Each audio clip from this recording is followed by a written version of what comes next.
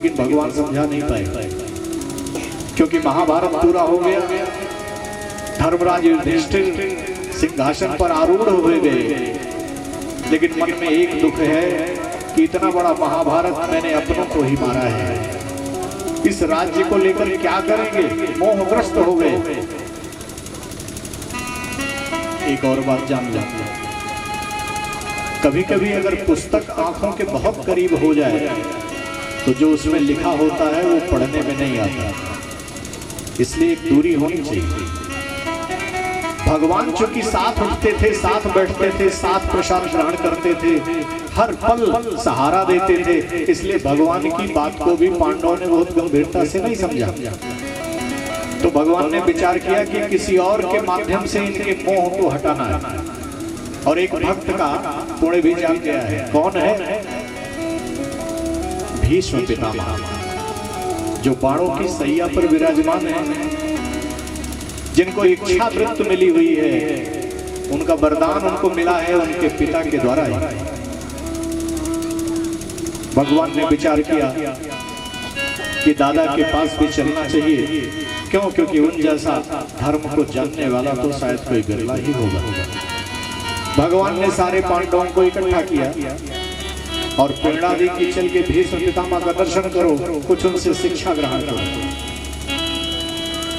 और जब गए, विचार करो, संतों ने कहा है कि अंतिम समय में भगवान का नाम आता नहीं है। वो कौन सी चौपाई है? जन्म जन्म मुनि जतन कराई, अंत राम कही आवत नहीं। और राम चल के आ जाए तो विचार करो कितना सुंदर सौभाग्य है। मेरे परमात्मा आज भीष्म पितामह के पास गए, पांडवों को लेकर गए, बाणों की सैया पर लेटे हुए भीष्म पितामह ने भगवान के चरणों में नमन किया, अपने सौभाग्य को सराहा। भगवान ने पांडवों को आगे कर दिया, ये दादाजी से कुछ शिक्षा ग्रहण करो, इन जैसा धर्म का मर्मज्ञ आपको मिलेगा नहीं। धर्म, अर्थ, काम, मोक्ष की शिक्षा, राजनीति की शिक्षा, इनसे बढ़िया कोई दे नहीं सकता। भीष्म पितामह बहुत सावधान था। कई बार क्या है ना कि अगर आपको कह दिया जाए कि आप तो सब जानते हैं, आप तो सब जानते हैं, आप कुछ नहीं जानते होंगे तो भी पंडित जी से नहीं पूछेंगे कि महाराज ये कैसे हो गए। क्यों? क्योंकि कोई मानने को तैयार नहीं होता कि हम नहीं जानते। भीष्म पितामह सावधान है, कहा नटवर नागर अपनी चाल बंद कर दो, अब तो मेरे जाने का समय आया है। भगवान चिंता में पड़ गए। भीष्म पितामह ने प्रभु का दर्शन किया और श्याम सुंदर की सांवली सूरत को निहारने के बाद शरीर की सारी पीड़ा समाप्त हो गई। जो कसर थी उसे भगवान ने स्पर्श करके शांत कर दिया और पांडवों को उपदेश किया।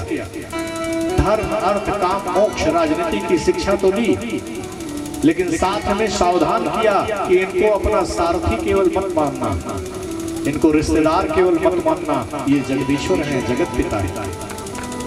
मोह में मत फंस जाना। क्यों? क्योंकि मैं तो जानता हूं शायद तुम भटक जाओ। कथा कहती है कि भगवान चिंता में पड़ गए कि सारी कुल पट्टी दादाजी आज ही सब बता देंगे तो मामला बिगड़ जाएगा। चेहरा थोड़ा सा चिंता में आ गया। भीष्म पितामह ने कहा कि भगवान सुनिए आज मेरी बात, आज आपको तब तक यहाँ रहना है जब तक मैं हूं। भगवान विचार करते हैं कि पता नहीं कब तक मुझे यहाँ रहना पड़ेगा।